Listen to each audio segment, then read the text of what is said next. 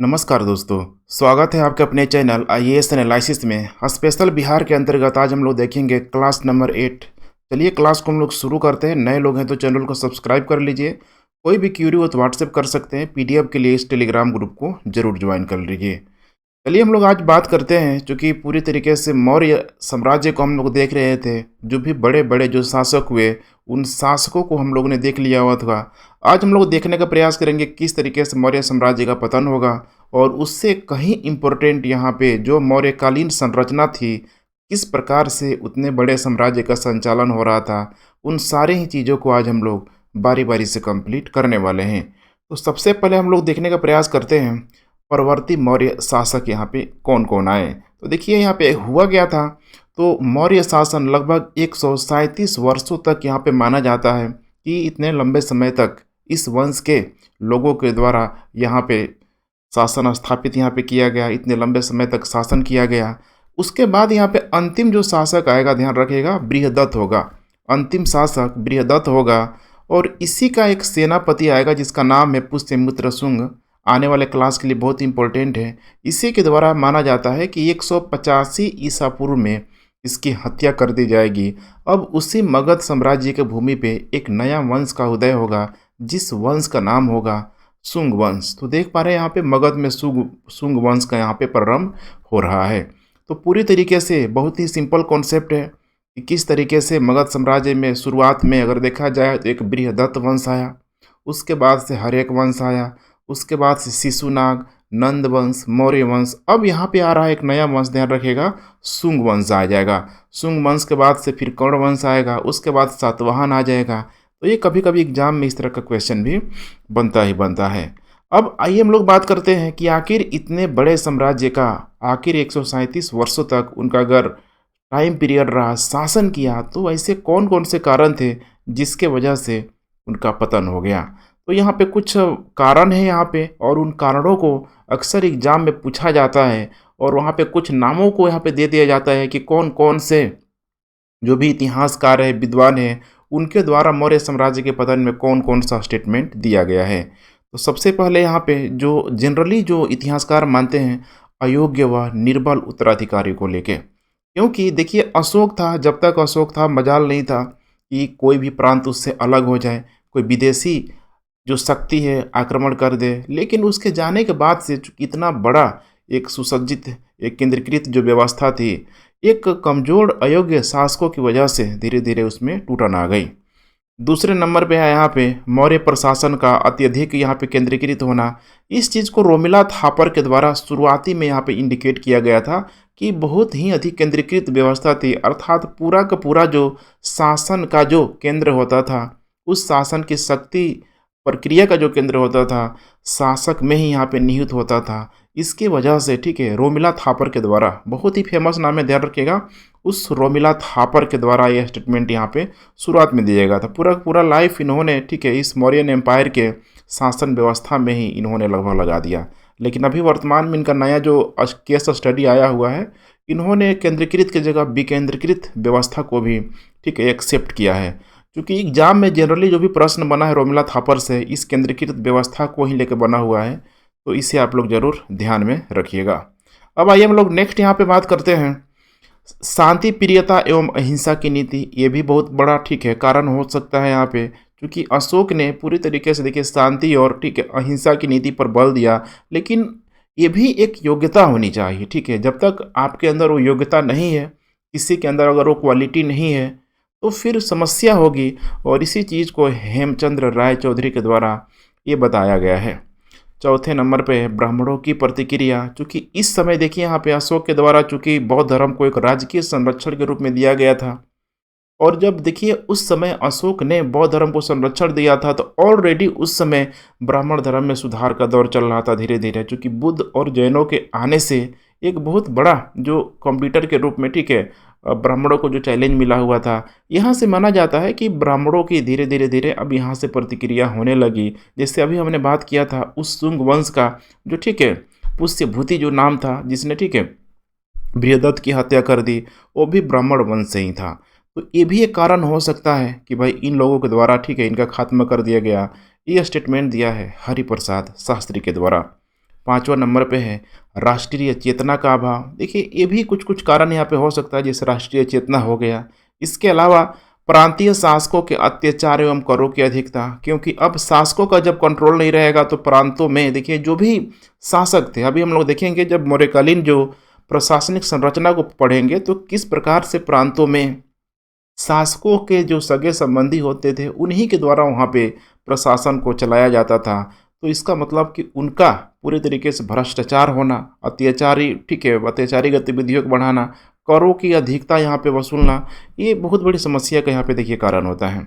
Next है अशोक के बाद मौर्य साम्राज्य का, चूँकि आगे चल के इसका विभाजन भी हो जाएगा, और कुणाल ठीक है इसको पश्चिमी क्षेत्र मिला और दशरथ को पूर्वी क्षेत्र मिला। तो ये भी कुछ कुछ यहाँ पे कारण हो सकता है, ध्यान रखिएगा। ठीक है, राष्ट्रीय चेतना का मतलब सब समझ रहे हैं ना इस चीज़ को, एक नेशनलिज्म का जो भावना ही नहीं था वहाँ पे उस समय, बिल्कुल सिंपल सा चीज़ है।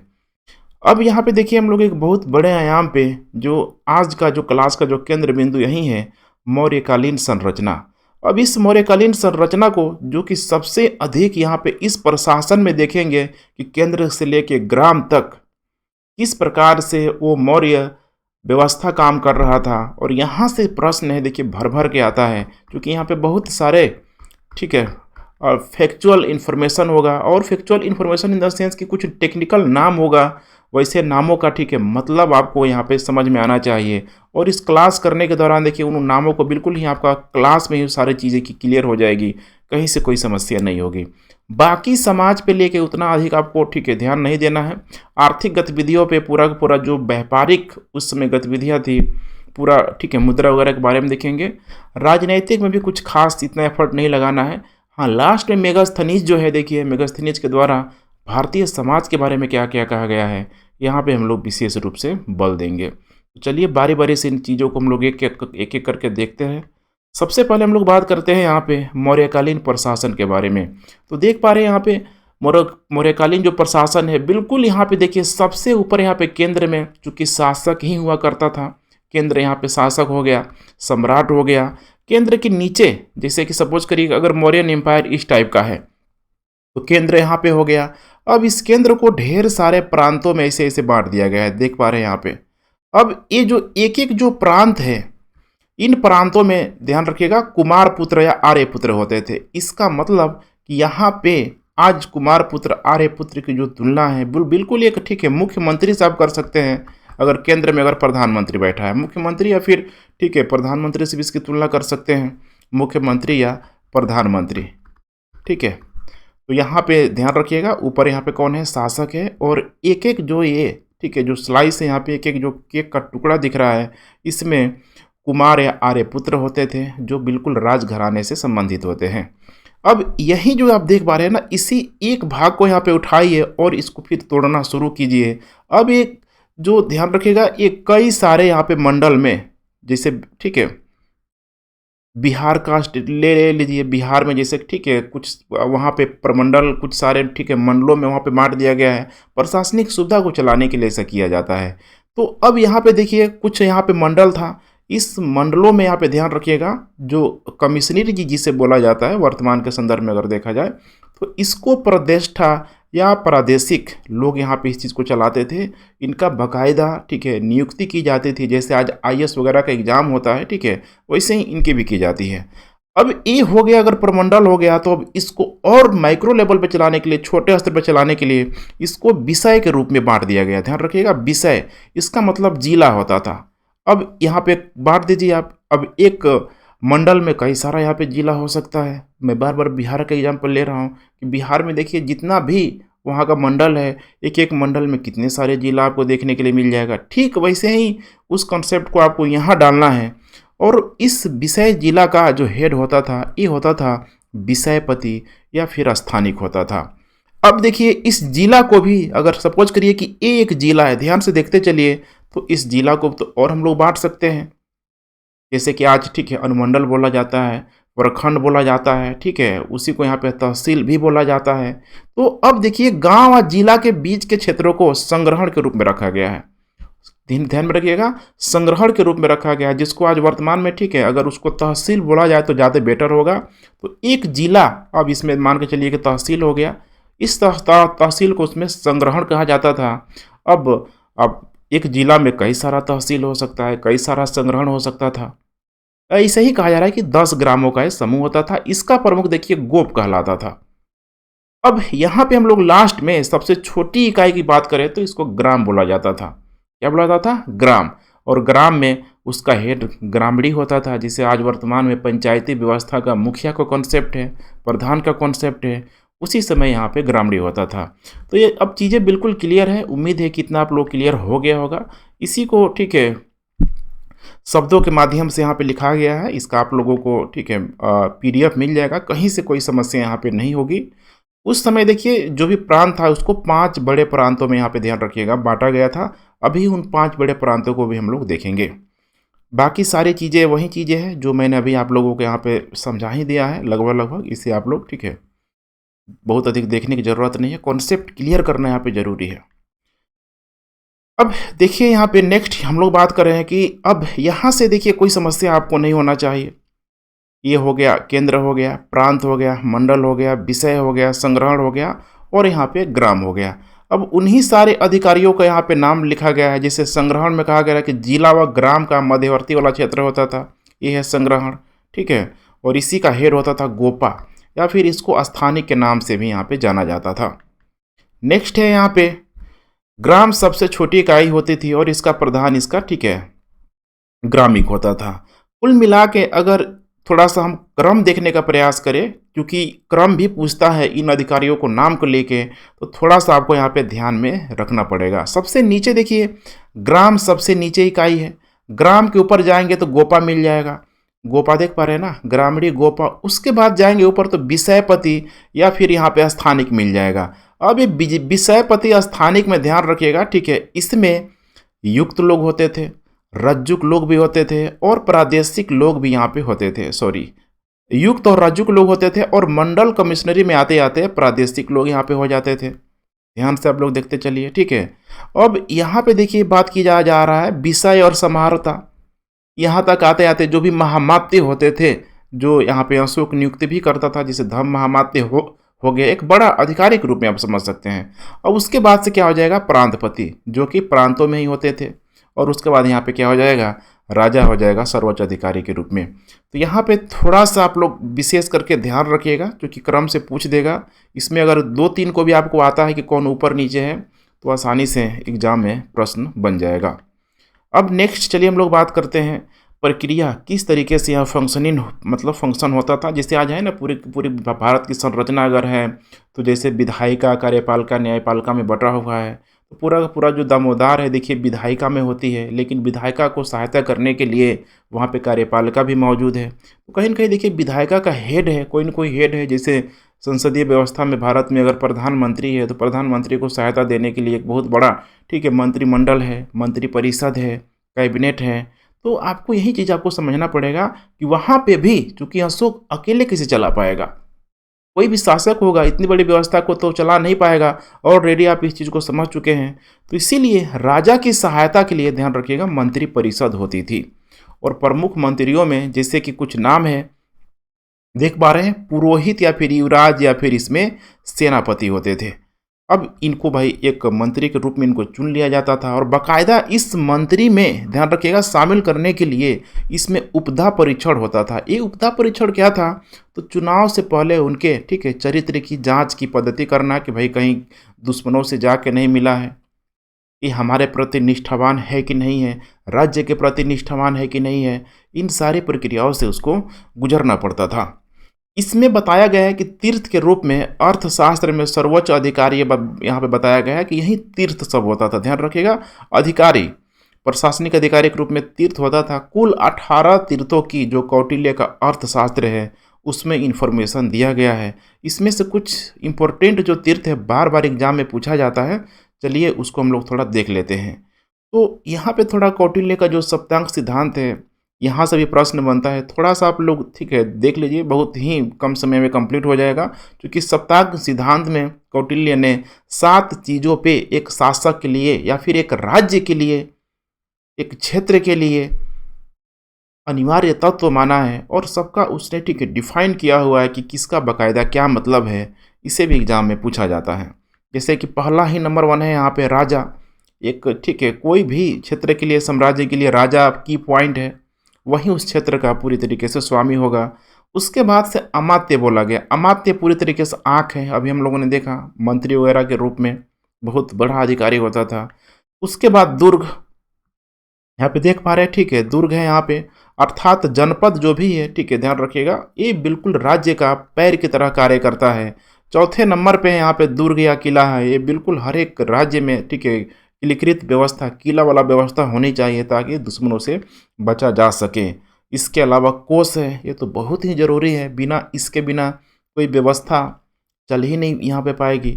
छठे नंबर पे इसने दंड या सेना के रूप में मस्तिष्क को लिखा, मतलब रखा कि भाई दंड विधान कठोर होना चाहिए, सेना पूरी तरीके से अंडर डिसिप्लिन में होना चाहिए, ठीक है, क्योंकि राज्य का मस्तिष्क है, इसके बिना तो कुछ हो ही नहीं पाएगा। और सातवें नंबर पे मित्र को बहुत इंपॉर्टेंट रोल प्ले किया कि ये मित्र बिल्कुल कान होता है, चाहे युद्ध में, चाहे वैवाहिक संबंध को स्थापित करने में, इसका रोल यहाँ पे अहम होता है। तो यही है सप्तांग सिद्धांत कौटिल्य का। इसमें प्रश्न देखिए दे देगा, मैचिंग करने के लिए दे देगा कि आँख की तुलना किससे किया गया है, ठीक है, भुजा की तुलना किससे किया गया है, कान की तुलना किससे किया है। तो थोड़ा सा आप लोगों को यहाँ पे देखना है, बहुत आसान हो जाएगा। नेक्स्ट आइए हम लोग बात करते हैं प्रमुख तीर्थयात्री के रूप में जो 18 उच्च, ठीक है, तीर्थयात्री थे, तीर्थ जो अधिकारी थे, इसके बारे में देख लेते हैं कौन कौन से हैं। तो देख पा रहे हैं मंत्री में यहाँ पे प्रधानमंत्री के रूप में आप समझ सकते हैं, ठीक है। इसमें मंत्री को उस समय प्रधानमंत्री ही बोला जाता था, पुरोहित को धर्माधिकारी बोला जाता था, युवराज को राजा का उत्तराधिकारी हो गया। उसी तरीके से समहर्ता राजस्व विभाग का प्रधान, सन्निधाता राजकीय कोषाध्यक्ष होता था, प्रदेष्टा फौजदारी न्यायालय का न्यायाधीश, व्यवहारिक यहाँ पे दीवानी न्यायालय का न्यायाधीश, दंडपाल सेना की सामग्री जुटाने वाला। तो इन सारे शब्दावलियों से आप लोग, ठीक है, नाम रखिएगा, दे देगा, किसी एक चीज़ को उठा के दे देगा कि इसका संबंध यहाँ पे किस चीज़ से था। नेक्स्ट है यहाँ पे अर्थशास्त्री के, मैंने कौटिल्य का जो अर्थशास्त्र था उसके चर्चित कुछ अध्यक्षों के बारे में भी हमें जानकारी मिलती है। इनको भी बड़ा बड़ा पद मिला हुआ था, जैसे कि पन्याध्यक्ष होता था। जितना भी मैंने, ठीक है, ये हाईलाइट किया हुआ है, इससे आपको अनिवार्य रूप से देख के जाना है, ऐसे प्रश्न बार बार पूछे गए हैं। वाणिज्य विभाग का अध्यक्ष होता था, सुराध्यक्ष आबकारी विभाग का, सीताध्यक्ष राजकीय भूमि का अध्यक्ष, देखिए बहुत इंपॉर्टेंट है। इसके अलावा लक्षणाध्यक्ष टकसाल का यह अध्यक्ष होता था, कोषाध्यक्ष राजकोष खजाने का, अकराध्यक्ष खानों का अध्यक्ष का। उसके अलावा अक्षपटलाध्यक्ष है, इसका मतलब नाहा लेखकार का। नेक्स्ट है यहाँ पे, ठीक है, घृताध्यक्ष, ठीक है, घृत किरण के रूप में समझ सकते हैं, ये जुआ निरीक्षक के रूप में होता था। कुछ और भी चीज़ें हैं यहाँ पे देख पा रहे हैं, प्रांतीय शासन या प्रशासन। अब तो हमने केंद्र को आधार बना के देख लिया पूरा पूरा किस तरीके से फंक्शन कर रहा है, क्योंकि सारे लोग उस केंद्र के अधीन केंद्रीकृत होकर ही कहाँ कार्य कर रहे हैं। अब थोड़ा प्रशासनों को देखते हैं। प्रशासन इन द सेंस कि देखिए प्रांतों में, ये तो हो गया केंद्र में कैसे फंक्शन कर रहा है। अब केंद्र में जो भी अधिकारी होते थे यहाँ, ठीक है, जो भी अधिकारी हैं यहाँ पे, जैसे कि अभी वर्तमान में अगर केंद्र में समझिए कि अभी यूपीएससी एग्जाम कंडक्ट कर रहा है, तो यहाँ पे चाहे जो भी डीएम बनेगा, एसपी बनेगा, या फिर और भी जो केंद्र के अधीन जो इनकम टैक्स हो गया, इसके अलावा बहुत सारा जो पोस्ट है, ये सारे लोग देखिए केंद्र के द्वारा नियुक्त यहाँ पे किया जा रहा है। अब केंद्र उनको किसी भी स्टेट में भेज सकता है, वहाँ पे सबसे उनका, ठीक है, उस क्षेत्र में वो अपर पोस्ट रहता ही रहता है। वैसे ही राज्य भी करते हैं। तो यहाँ पे हम लोग जो बात कर रहे हैं प्रांतीय शासन प्रशासन का, वो राज्यों में किस तरीके से संचालित होता था, किसी एक राज्य को लेकर हम लोग देखने का यहाँ पे प्रयास करते हैं। तो देखिए पूरे प्रांतीय शासन प्रशासन को 5 भागों में यहाँ पे विभाजित कर दिया गया था। और वो 5 भाग कौन है? उत्तरापथ, उसको तक्षशिला बोला जाता था। देखिए बिल्कुल यहाँ पे, ठीक है, तक्षशिला इस एरिया में। दूसरे नंबर पे है यहाँ पे दक्षिणापथ, स्वर्णगिरी, नीचे यहाँ पे देखने के लिए मिल जाएगा, ठीक है, स्वर्णगिरी। तीसरा है यहाँ पे अवंती, उज्जैन में। ध्यान से देखते चलिए क्योंकि आगे चल के फिर से जोड़ना है इसको। इसके अलावा कलिंग हो जाएगा तोसाली में। और 5वें नंबर पे हो जाएगा खुद पाटलिपुत्रा। देख पा रहे हैं यहाँ पे। तो मेन जो जगह है इसी को आगे चल के जोड़ दिया जाएगा, ठीक है। जैसे कि अगर स्थल मार्ग से जोड़ना होगा तो पाटलिपुत्र होते हैं, तक्षशिला को जोड़ दिया जाएगा। उसी तरीके से यहाँ पे देख पा रहे हैं, बिल्कुल इस सुवर्णगिरी को उज्जैन से जोड़ दिया जाएगा, आगे चल के इधर श्रावस्ती आएगा, यहाँ पे जोड़ दिया जाएगा, कलिंग को भी ऐसे करके जोड़ दिया जाएगा, और फिर पाटलिपुत्रा से जोड़ दिया जाएगा, और फिर उज्जैन को, ठीक है। मैंने देख रहे हैं ना, मैंने जिस तरीके से स्वर्णिम चतुर्भुज का जो कॉन्सेप्ट आया हुआ है, दिल्ली, कोलकाता हो गया, मुंबई, मुंबई हो गया, चेन्नई हो गया, कैसे उसको जोड़ने के माध्यम से क्या हो गया कि एक बहुत बड़े स्तर पे वहाँ पे एनएच रोड का निर्माण कर दिया गया। अब उस एनएच रोड के माध्यम से जो भी स्टेट का जो भी यहाँ पे रोड है, जिला का जो भी रोड है, सब उससे जुड़ जाएगा, और उससे क्या हो जाएगा कि व्यापारिक व्यवस्था बहुत ही सुदृढ़ हो जाएगी। ट्रांसपोर्टेशन हो गया, ठीक है, यातायात के साधन हो गया, बहुत शानदार तरीके से काम करने लगेगी। तो अब यहाँ पे देखिए, इन सारे ही क्षेत्रों को यहाँ पे जब 5 भागों में बांट दिया गया है, तो अब 5 भाग का एरिया बहुत बड़ा बड़ा होता था। जैसे सब ये हो गया, इसे कुछ इस टाइप का, ठीक है। 5-5 भागों में पूरा पूरा इसको बांट दिया गया, जिससे कैसे अंग्रेजों ने बम्बई प्रेसिडेंसी बनाया, मद्रास प्रेसिडेंसी बनाया, ठीक है, अब बंगाल प्रेसिडेंसी बनाया। कैसे शासन व्यवस्था को देखिए चलाने के लिए उसको बांटा जाता है। तो उम्मीद है इतना आप लोग समझ गए होंगे। अब आइए हम लोग बात करते हैं, इसमें सबसे बड़ा जो अधिकारी जो होता था प्रांतपति का, यही होता था गवर्नर, अर्थात गवर्नर इन द सेंस कि जो भी शासक का पारिवारिक जो सदस्य होता था, उसका पुत्र भी हो सकता था, वही होता था। जैसे याद करिए, अशोक को भी बनाया गया था उज्जैन का, ठीक है, उज्जैन का या फिर अवंती का, उसको राज्यपाल के रूप में उसको, ठीक है, नियुक्त किया गया था। राजा के परिवार का ही इसमें सदस्य होता था, और इसी को आर्यपुत्र इसमें बोला जाता था। इसमें कह रहा है कि अब देखिए बहुत सारे यहाँ पे, ठीक है, जो जो भी प्रांत हैं, अब एक एक प्रांत ले लीजिए, ये सुवर्णगिरी को, इसको कई सारे मंडलों में बांट दिया गया। अब ये जो प्रांत है देखिए मंडलों में बट गया, जिससे बिहार बटा हुआ कई सारे मंडलों में।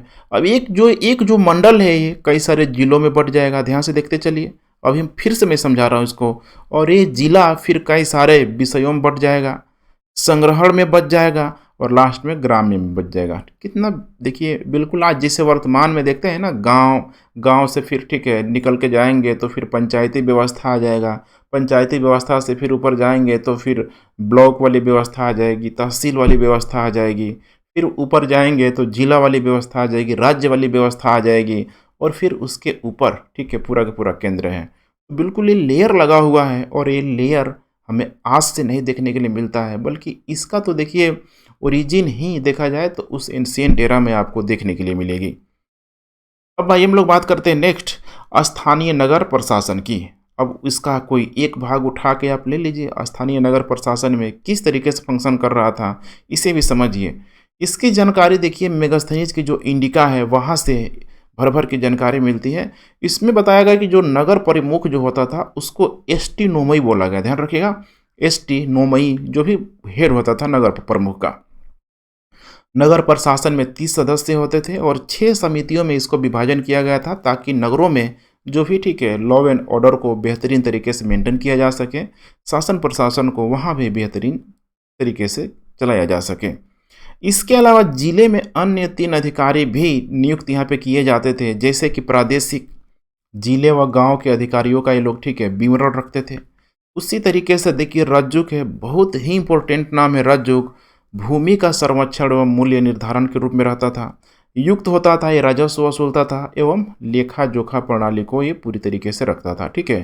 तो प्रादेशिक, रज्जुक और युक्त हो जाएगा। अब आइए नेक्स्ट हम लोग देखते हैं यहाँ पे न्याय प्रशासन। अब न्यायिक प्रशासन में किस तरीके से न्याय जो फंक्शन था ये वर्क कर रहा था, ये भी बहुत सिंपल है। देखिए सबसे ऊपर तो सुप्रीम कोर्ट के रूप में शासक ही रहता था। शासक से मुख, मैंने शासक के मुख से जो भी निकल गया वही समझिए कि पूरी तरीके से वो कानून बन जाता था। तो उस समय, ठीक है, जो भी सर्वोच्च अधिकारी के रूप में न्यायपालिका का, ठीक है, सुप्रीम कोर्ट का आप समझ सकते हैं ना, मतलब चीफ जस्टिस टाइप का यहाँ पे शासक ही होता था। सबसे नीचे यहाँ पे ग्रामीण व्यवस्था होती थी, सबसे नीचे ग्रामीण लोग होते थे, और इसमें कठोर न्याय एवं दंड व्यवस्था का भी यहाँ पे विधान किया गया है। अब इसका थोड़ा सा, जैसे आज वर्तमान में जैसे सेशन कोर्ट का कॉन्सेप्ट है सबसे निचले एरिया में, ठीक है, सेशन कोर्ट, उसके अलावा डिस्ट्रिक्ट कोर्ट आ जाएगा, फिर राज्यों में, ठीक है, हाई कोर्ट आ जाएगा, फिर सुप्रीम कोर्ट आ जाएगा। तो कुछ इसी टाइप का आपको जितना भी डिवीज़न हुआ है हर एक डिवीज़न में आपको देखेंगे तो एक न एक कोई कोर्ट यहाँ पे मौजूद है। जैसे कि देखिए ग्राम है, ग्राम के ऊपर संग्रहालयों में भी है वहाँ पे। उसके अलावा संग्रहालयों के बाद द्रोणमुख में भी है, स्थानिक में भी है और जनपद में भी है। जनपद माने ठीक है, जो प्रांत है वहाँ पे भी मौजूद है। और सबसे ऊपर जो सुप्रीम कोर्ट हुआ करता था खुद पाटलिपुत्र में था, क्योंकि पाटलिपुत्र ठीक है शासक का वो स्थान हुआ करता था।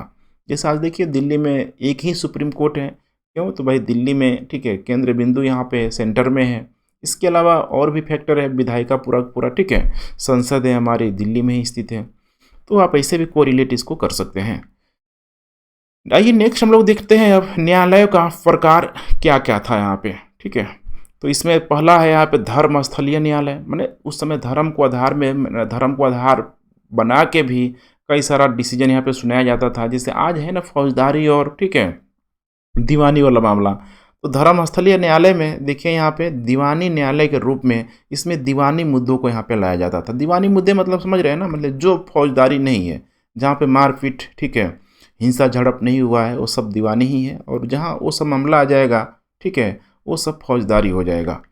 इसका देखिए फंक्शन क्या है, तो इसमें कह रहा है कि 3 व्यवहारिक एवं 3 अमात्य इसमें नियुक्त किए जाते थे। और मैंने बताया था ये जो अमात्य काफ़ी ही हाई लेवल का अधिकारी होता था। और केटक शोधन न्यायालय ये इसका संबंध हो जाएगा, देखिए बिल्कुल यहाँ पे फौजदारी मामले का न्यायालय होता था, ठीक है।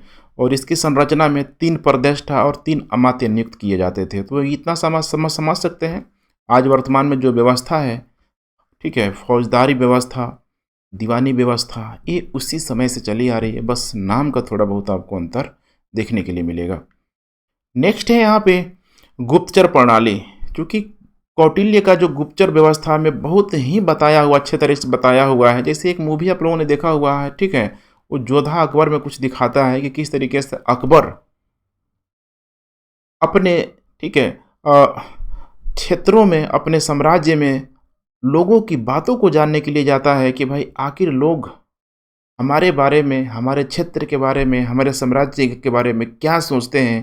क्योंकि ये गुप्तचर प्रणाली बहुत ज़रूरी हो जाता है कि कहीं किसी क्षेत्र में षड्यंत्र तो नहीं हो रहा है, कोई लोग कहीं किसी के खिलाफ षड्यंत्र नहीं रच रहे हैं, शासक के खिलाफ षड्यंत्र नहीं रच रहे हैं, कहीं विद्रोह तो नहीं होने वाला है। ऐसी बहुत सारी ठीक है इलीगल एक्टिविटियों को कंट्रोल करने के लिए गुप्तचर प्रणाली को कौटिल्य के द्वारा बहुत ही बल दिया गया है कि हर जगह होना चाहिए स्पाई एजेंट। और आज देखिए आज तो भरा हुआ है, मैंने इंटरनेशनल से लेके नेशनल से लेके गांव तक जाएंगे तो वहाँ पे आपको देखने के लिए मिल जाएगा कि कोई न कोई किसी का डायरेक्ट इनडायरेक्ट रूप से कार्य कर रहा होता है। देख पा रहे हैं सबसे पहले गुप्तचरों को गूढ़ पुरुष कहा जाता था। क्या कहा जाता था? गूढ़ पुरुष। इसका प्रमुख अधिकारी जो होता था गुप्तचरों का सर्प महामात्य होता था। और इसमें 2 संस्था थी, ध्यान रखिएगा 2 प्रकार की संस्था थी। पहले बोला गया संस्था को, ये जो संस्था थी देखिए संगठित होकर एक स्थान पर, मानी इनको यहाँ वहाँ नहीं जाना होता था, बिल्कुल एक जगह ठीक है इनको रहना होता था। और दूसरा होता था संचरा। इस संचरा में जो गुप्तचर होते थे ये घुमक्कड़ किस्म का होते थे, अर्थात ठीक है यहाँ वहाँ इनको ठीक है भेज दिया जाता था किसी भी चीज़ को इन्फॉर्मेशन ठीक है पाने के लिए, पता लगाने के लिए। नेक्स्ट है यहाँ पे राजस्व प्रशासन को लेके, क्योंकि इतना बड़ा साम्राज्य है तो ये बहुत ही मूल कारण हो जाएगा राजस्व प्रशासन। समझ रहे हैं इस चीज़ को? जब तक राजस्व प्रशासन चुस्त दुरुस्त नहीं रहेगा, जैसे आज वर्तमान में ठीक है जो भारत में है, जो देखिए राजस्व प्रशासन कितना शानदार तरीके से फंक्शन कर रहा है, उसके लिए एक अलग रेवेन्यू डिपार्टमेंट यहाँ पे बनाया गया है। पूरा का पूरा जो भारत सरकार का देखिए जो ठीक है इनकम का जो स्रोत है वो तो यही रेवेन्यू को ही यहाँ पे माना जा सकता है।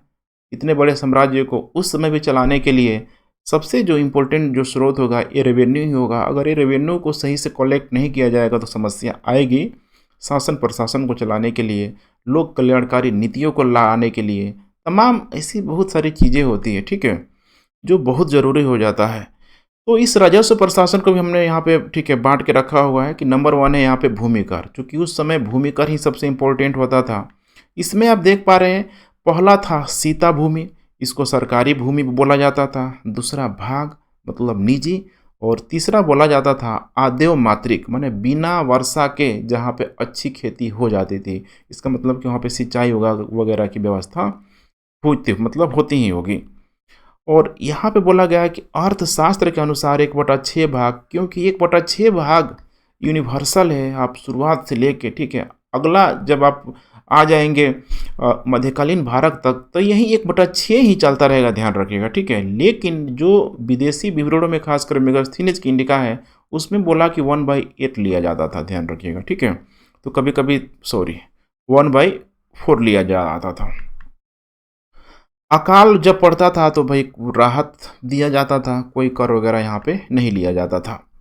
उसी तरीके से बलि धार्मिक कर था, कुछ और भी करों के नाम है जो उस समय वसूला जाता था, जैसे आज है ना बहुत सारा, देखिए कस्टम ड्यूटी हो गया, ठीक है, करों का डायरेक्ट टैक्स, इनडायरेक्ट टैक्स, ठीक है, बहुत सारे जो टैक्स, सेल टैक्स हो गया, खैर आज तो खैर जीएसटी वगैरह आ गया है, तो बहुत सारे टैक्स इसमें समाहित हो गए हैं।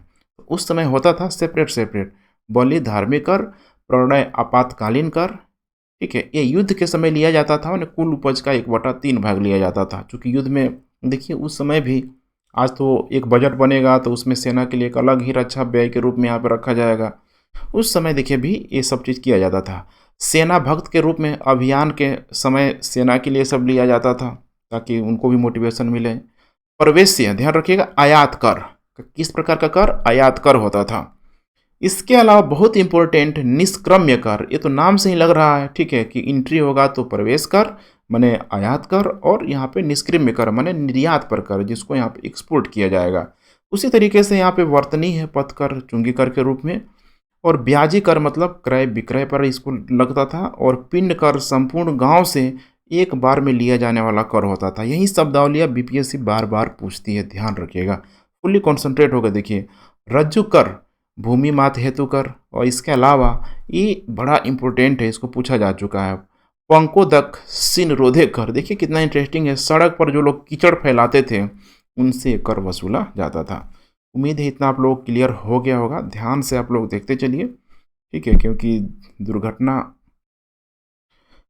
ध्यान घटने से ही यहाँ पे हटेगा, ठीक है, जैसे आपका ध्यान घटेगा फिर यहाँ पे फिर चीज़ों का आप रिकॉल नहीं कर पाएंगे, ठीक है। अब आइए हम लोग नेक्स्ट बात करते हैं, सैन्य प्रशासन किस तरीके से काम करता था। देखिए सैन्य प्रशासन में सबसे बड़ा जो सैन्य अधिकारी होता था उसको सेनापति बोला जाता था, और जो युद्ध का जो मोर्चा संभालता था, माने युद्ध क्षेत्र का जो नेतृत्व करता था, उसको नायक बोला जाता था। इसी संदर्भ में चूँकि सेना से संबंधित जो भी वहाँ पे, ठीक है, कितनी सेना थी, कितने सैनिकों की सेना थी, कितने हाथी वाले थे, रथ वाले थे, ठीक है, पैदल वाले थे, तो इसमें कुछ विवरण मिलता है इस जस्टिस के द्वारा, ठीक है, एक बहुत बड़ा, ठीक है, आप कह सकते हैं विद्वान के रूप में, इतिहासकार के रूप में मौजूद है। जस्टिन अपने विवरण में बताता है कि उस मौर्य साम्राज्य में कुल जो सैनिक थे 6 लाख थे। 6 लाख सैनिकों में 50,000 घोड़ा वाले थे, अश्वरोही थे, 9,000 हाथी वाले थे, और 8,000 इसमें रथ हुआ करता था। इतनी बड़ी विशाल सेना थी। बाकी जो बच गए, ध्यान रखिएगा, वो पैदल सेना वाला है। इसके अलावा इसने बताया कि ये पूरी तरीके से, ठीक है, ये लुटेरों की सेना टाइप थी, जहाँ जाएगी, ठीक है, इसको लूट लिया जाता था। और इस चीज़ को जस्टिन ने विवरण नहीं दिया, बल्कि निकेटर ने, सेल्यूकस निकेटर, ध्यान रखिएगा, सेल्यूकस निकेटर वहीं जिसको चंद्रगुप्त मौर्य ने पराजित किया हुआ था, और उसके, ठीक है, बेटी जो थी हेलेना कैरोलिना से शादी भी किया था, और उसी समय आया हुआ था मेगास्थनीज। प्लिनी अब यहाँ पे विवरण दे रहा है, चूँकि ये सारे जो इन्फॉर्मेशन है, ठीक है, पूछा जा चुका है, इसीलिए मेरी मजबूरी है आप लोगों से शेयर करना।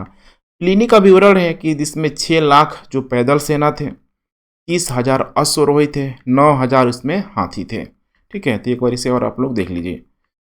आइए अब नेक्स्ट बात करते हैं मौर्यकालीन समाज के बारे में। देखिए उस समय तो वर्ण व्यवस्था पता है आपको, आ ही चुका था। वर्ण व्यवस्था मतलब, ठीक है, ब्राह्मण, क्षत्रिय, वैश्य और शूद्र।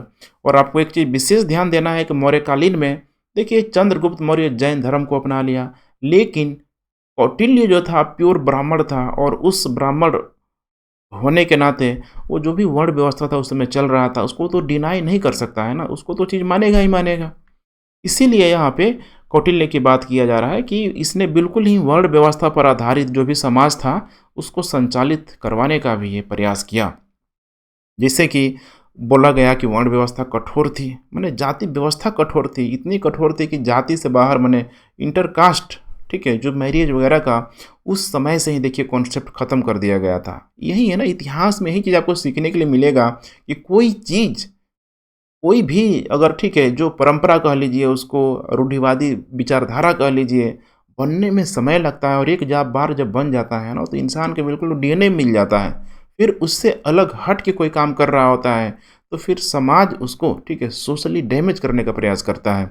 और यही चीज़ आपको यहाँ पे दिखाई दे रहा है इस वर्ण व्यवस्था के अंतर्गत। देखिए उस समय इंटर ठीक है कास्ट मैरिज की ठीक है कॉन्सेप्ट धीरे धीरे ख़त्म हो चुका था और यहाँ तक बोला गया था कि उनका पेशा भी ध्यान रखिएगा नहीं बदलना है। जो जो पेशा कर रहा है वही उसको पेशा अपनाना पड़ेगा, वही उसको व्यवसाय करना पड़ेगा।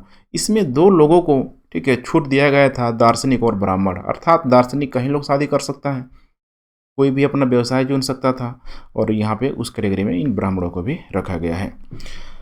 मेगास्थनीज के अनुसार ये 7 जातियाँ थी, बड़ा फेमस है। अब ये जो 7 जातियाँ थी, इन 7 जातियों को आप लोग देख लीजिए क्योंकि इसमें भी मैचिंग करने के लिए या फिर दे देगा कौन 7 जातियों मेगास्थनीज के अनुसार नहीं थी, कौन थी। नंबर 1 उसने बताया दार्शनिक, किसान, चरवाहे, शिल्पी कारीगर, योद्धा, निरीक्षक और अमात्य सभासद। क्योंकि देखिए मेगास्थनीज आया तो नीचे के क्षेत्रों पे तो नहीं जाता था, राजघरानों से संबंधित प्रांतों में, केंद्र में रहता था, घूमते रहता था। तो उसने जो भी देखा अपने अनुभव के आधार पे भारत की जातियों को 7 भागों में बांट दिया। और आपको पता है कि उसमें वर्ण व्यवस्था 4 ही थी, लेकिन देखिए 7 कैटेगरी में डाल दिया। 7 कैटेगरी बहुत इंपॉर्टेंट है, फिर से मैं बोल रहा हूँ, इससे आपको फुल्ली कॉन्सेंट्रेट होकर देखना है। अब आइए बात करते हैं हम लोग स्त्रियों की दशा को लेके। स्त्रियों की दशा चूँकि देखिए उस समय चूँकि आपको पता है कि वैदिक काल की परंपरा जब शुरू होती है, ऋग वैदिक काल के बाद से देखिए उत्तर वैदिक काल तक आते-आते महिलाओं की स्थिति गिरने लगती है और वो गिरावट ठीक है जारी रहता है, चाहे हम लोग आधुनिक काल तक की बात करें। तो इसीलिए उस समय कहा जा रहा है कि स्त्रियों को पुनर्विवाह का ठीक है छूट दिया गया था। विधवा विवाह का प्रथा यहाँ पे चल रहा था। नियोग प्रथा मतलब समझ रहे हैं ना, नियोग प्रथा मतलब एक प्रेगनेंसी के दौर पे आप कह सकते हैं, उस समय भी महिलाएं विवाह कर सकती थी और विवाह विच्छेद तलाक की वह उस समय अनुमति थी। तो कुल मिला के देखिए स्थिति तो खराब हो रही है, लेकिन अभी भी इस मौर्यन समाज में कुछ क्षेत्रों में ठीक है महिलाओं को थोड़ा बहुत वर्तमान के जैसा अधिकार दिया गया है। लेकिन ये देखिए उम्र, विवाह की जो उम्र है 12 वर्ष और पुरुष के लिए 16 वर्ष निर्धारित की गई थी, जो बहुत ही कम है। दहेज प्रथा उस समय अपने पीक पॉइंट पे था, ऐसा माना गया है यहाँ पे। और एक जो रूपा जीवा होती थी, ध्यान रखिएगा, जो प्रोफेशनल जो प्रोस्टिट्यूट आप कह सकते हैं, वेश्यावृत्ति करने वाली स्त्रियों को उस समय रूपा जीवा बोला जाता था। इसके अलावा स्त्रियां सम्राट की अंगरक्षका नियुक्त किया जाता था। ठीक है, खुद ही जब मेगास्थनीज का जो इंडिका आप पढ़ेंगे तो उसमें आपको दिखाया है कि जब चंद्रगुप्त मौर्य बाहर निकलता था तो उसके आसपास बहुत सारी ठीक है जो महिला जो अंगरक्षक होती थी अस्त्र शस्त्रों से लैस होकर ठीक है अगल बगल उसके रहती थी। नेक्स्ट आइए हम लोग बात करते हैं यहाँ पे दास प्रथा को लेके। अब दास प्रथा में कहा जा रहा है कि मेगास्थनीज ने दास प्रथा को ठीक है बताया कि दास प्रथा भारत में ठीक है मतलब यहाँ पे मौजूद है, सॉरी ठीक है सॉरी मौजूद यहाँ पे ध्यान रखिएगा नहीं है। ठीक है, उसने देखा कि भारत में दास प्रथा का प्रचलन है ही नहीं। लेकिन आगे चल के उसी समय जो भी था बौद्ध साहित्य हो गया, कौटिल्य का अर्थशास्त्र हो गया, या फिर अशोक के अभिलेखों में से दास प्रथा के प्रचलन की पुष्टि मिलती है।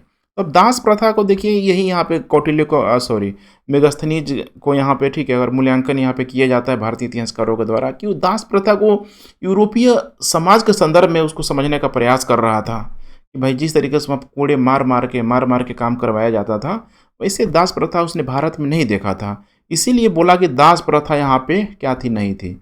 लेकिन हमको पता है कि बंधुआ मजदूरी टाइप वगैरह का तो सब एंशिएंट एरा की ही देन है। सॉफ्ट पावर आप समझ सकते हैं, सॉफ्ट दास व्यवस्था भारत में मौजूद थी। जैसे कि 9 प्रकार के दासों का उल्लेख यहाँ पे किया गया है। दासों को यहाँ पे कृषि कार्यों में, कारखानों में, खदानों में लगाया जाता था। उसी प्रकार महिला दासों को घर में यहाँ पे लगा दिया जाता था, ठीक है, सेवा में लगा लिया जाता था। लेकिन वो यूरोप में देखिए वहाँ पे ठीक है मारने पीटने वाली प्रथा, माने वहाँ दासों के मामले में वहाँ बहुत हार्ड पॉलिसी था, जो भी लोग यहाँ पे दास रखता था। भारत में ऐसा नहीं था। तो यहाँ पे ध्यान रखिएगा मेगास्थनीज ने बोला कि दास प्रथा भारत में नहीं थी। नेक्स्ट आइए हम लोग बात करते हैं अब इसी के अंतर्गत मौर्यकालीन शिक्षा का केंद्र। शिक्षा के केंद्र में उस समय आप पता होना चाहिए आपको तक्षशिला बिल्कुल ही उस समय पूरे विश्व का ऑक्सफोर्ड के रूप में मौजूद था। इसके अलावा उज्जैन और वाराणसी में भी मौर्य कला में, ठीक है, शिक्षा के कुछ प्रमुख केंद्र थे। तक्षशिला तो बहुत ही फेमस है, ये पूछ लेगा उज्जैन या फिर वाराणसी पूछ लेगा कि मौर्यकालीन विश्वविद्यालय कहाँ कहाँ थे, तो उज्जैन और वाराणसी में भी थे। तो आपको ध्यान रखना उज्जैन वहीं, ठीक है, अवंती वाला जो क्षेत्र है। नेक्स्ट यहाँ पे देखिए, यहाँ पे शूद्रों की स्थिति को लेके, अब शूद्रों की स्थिति में देखेंगे तो दिन प्रतिदिन यहाँ पे गिरावट होने का ही संकेत मिलता है। शूद्रों का पतन यहाँ पे प्रारंभ हो जाएगा और गुप्त काल तक आते आते तो शूद्रों को बिल्कुल ही माने एज समझ रहे हैं ना, मतलब बिल्कुल ही वहाँ पे आते आते इनकी स्थिति इतनी खराब हो गई है, वस्तु भी नहीं समझा जाता था, सोचिए, ठीक है, बहुत खराब हो चुकी है। पुराणों में देखिए शूद्रों को अनार्य बताया गया है, परंतु कौटिल्य ने अर्थशास्त्र में शूद्रों को आर्य माना है तथा मलेच्छों से इसको अलग माना हुआ है, ठीक है। मलेच्छ लड़ाकू जाति के रूप में लोग होते थे, बर्बर असभ्य टाइप का। उसी तरीके से यहाँ पे बताया जा रहा है कि शूद्रों को कृषि कार्यों में शामिल किया जाता था, क्योंकि कृषि कार्यों में शूद्र लोग शामिल होंगे तो होते हैं ना हिष्ट पुष्ट, यहाँ पे लोग फिजिकली स्ट्रांग है, वो काम कर रहे हैं, क्योंकि जन्मजात पैदा नहीं हुए, ठीक है, उनको उस तरह की एक्टिविटी में ढाल दिया गया है। कारण है यही है कि कृषि कार्यों में देखिए अस्थिर अत्यधिक विस्तार हुआ, कृषिगत मजदूरों की आवश्यकता थी, तो अब शूद्रों से कार्य तो लिया जा रहा है, लेकिन उनका जो अधिकार है, उनके अधिकारों से, ठीक है, उनको ही खुद वंचित किया जा रहा है। नेक्स्ट है यहाँ पे मौर्यकालीन अर्थव्यवस्था को लेके। पूरा अर्थव्यवस्था को भी हम लोग शानदार तरीके से थोड़ा समझने का प्रयास करते हैं। नंबर 1 देखिए, अर्थव्यवस्था में फिर से कृषि ही आएगा। कृषि के लिए वही सारी चीज़ें हैं कि उसमें प्रमुख जो फसल के रूप में धान होती थी, गन्ना को उसमें बुरी फसल माना गया है। तो ये भी प्रश्न पूछा गया है कौन सी फसल को मौर्यकालीन समाज में, ठीक है, या फिर मौर्यकालीन अर्थव्यवस्था के अंतर्गत बेकार फसल माना गया है, तो हो जाएगा गन्ना। क्योंकि गन्ना पता है ना आपको, ठीक है, पानी की मात्रा यहाँ पे अधिक होनी चाहिए, एटलीस्ट 150-200 सेंटीमीटर गन्ना के लिए वर्षा होनी ही चाहिए, टेम्परेचर भी अधिक चाहिए इसके लिए। शूद्रों को यहाँ पे बताया जा रहा है कि कृषि कार्यों में, ठीक है, इसमें लगाया जाता था ताकि लेबर अधिक से अधिक बढ़ाया जा सके। राजकीय भूमि को मैंने बताया था सीता के रूप में जाना गया था, या काफ़ी उपजाऊ भूमि होती थी। अदेव मात्रा की बिना वर्षा के खेती वाली भूमि होती थी। देखिए फिर से रिपीट हो रहा है आप लोगों के लिए। और सेतु बंध के द्वारा बताया गया कि सेतु बंध राज्य की ओर से सिंचाई की व्यवस्था कराता था, ठीक है, मंडलों में करवाता था, कूप वगैरह, ठीक है, जो नलकूप वगैरह होता था उसके माध्यम से इसका कार्य था। इसके अलावा अरत्नी उपकरण जो होता था, ये देखिए कितना इम्पोर्टेंट है, मैंने इतना इम्पोर्टेंट है मैं बता सकता हूँ इस समय, ठीक है, जिस तरीके से वर्षा को माप लिया जाता है कि भाई, ठीक है, इतना वर्षा हुआ, उस समय बाकायदा इस अरत्नी उपकरण से वर्षा की, ठीक है, मात्रा को मापने के लिए यहाँ पे इसका प्रयोग किया जाता है। बहुत इंपॉर्टेंट है, इसको जरूर ही, ठीक है, आप लोग स्पेशल तरीके से वेरी वेरी इंपॉर्टेंट में नोट कीजिएगा। कुछ और भी चीज़ें हैं जैसे उद्योग धंधे एवं व्यापार को लेके कि प्रमुख जो उद्योगों के रूप में बात करें यहाँ पे देखिए तो उस समय सूत काटना बुनना उस समय शुरू हो चुका था, क्योंकि ठीक है भारत में ये सब चीज़ें ध्यान रखिएगा, ठीक है, क्योंकि गुजरात के तरफ दक्कन के तरफ वहाँ तो शुरू से ही कपास का प्रोडक्शन आप देखेंगे तो होता ही होता था। तो ये सब प्रक्रिया उस समय चल रही थी बहुत बड़े रूप में। इसके अलावा कुछ और क्षेत्र था जैसे कि काशी हो गया, मालवा हो गया, कलिंग, बंग, ये सारे क्षेत्रों में सूती वस्त्र उद्योग यहाँ पे बहुत ही विकसित हो चुका था।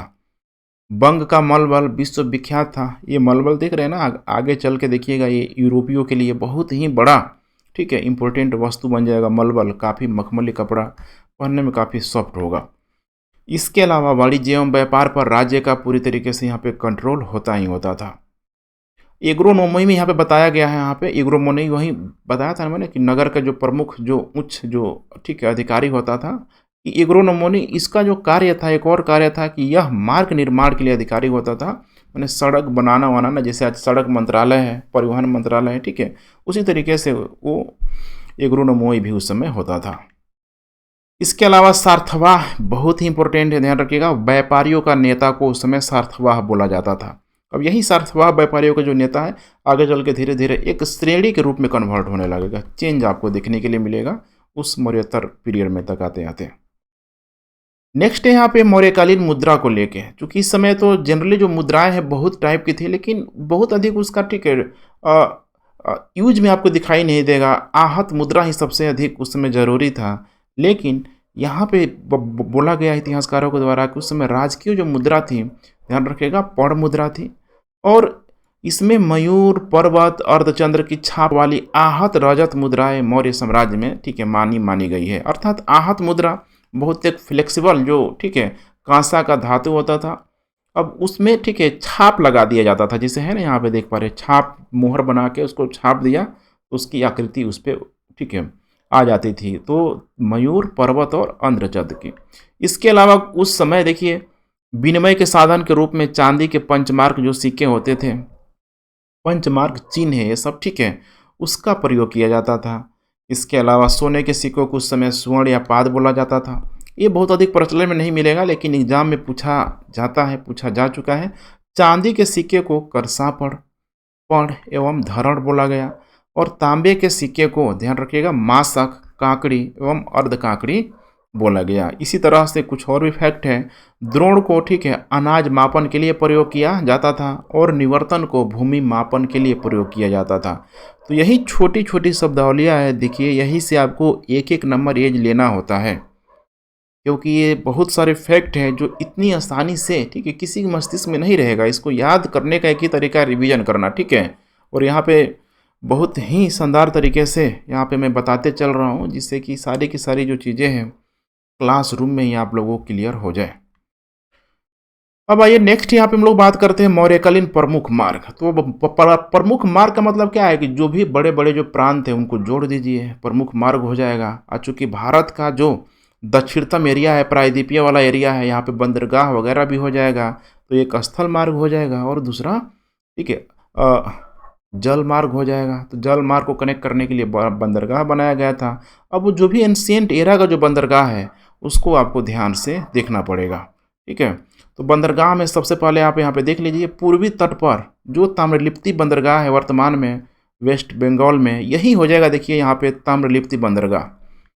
इसके अलावा दूसरा है पश्चिमी तट पर भड़ौच तथा सोपरा, यहाँ पे हो जाएगा भड़ौच, देखते चलिए आप लोग, और ये हो जाएगा सोपरा। तो पूरब और पश्चिम में यहाँ पे हो जाएगा। इसके अलावा अगर और भी बातों के यहाँ पे बात किया जाए, ठीक है, तो यहाँ पे एक और आप देख पा रहे हैं, इधर आएगा आगे चल के, ठीक है, अमरावती वाले क्षेत्रों में, ठीक है, यहाँ पे भी कुछ आगे चल के मौर्योत्तर पीरियड तक आते आते आते कुछ अरिका मेडू वगैरह, ठीक है, बंदरगाहों का भी आगे चल के नाम आएगा। तो यहीं पे आपको मिल जाएगा अरिका मेडू, ठीक है। स्थल मार्ग की बात करें तो देखिए स्थल मार्ग में भी अब वही सारा है, बंगाल से पेशावर तक, ये है बंगाल, देखिए, ठीक है। अब ये बंगाल से लेके पूरी तरीके से देखिए पाटलिपुत्रा को जोड़ते इधर श्रावस्ती को जोड़ दे, चला जाएगा इधर पेशावर तक।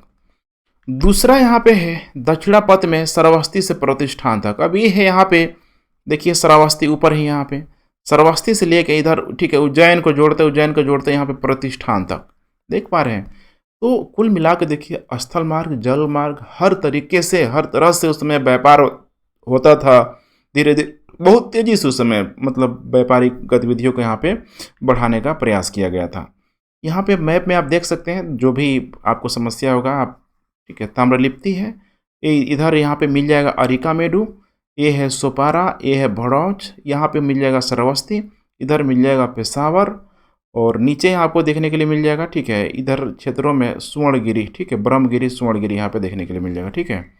तो इन्हीं सारे चीज़ों को आप जोड़ दीजिए, बहुत आसान हो जाएगा, ठीक है। आइए नेक्स्ट अब बात करते हैं भारत से उसमें निर्यात क्या किया जाता था।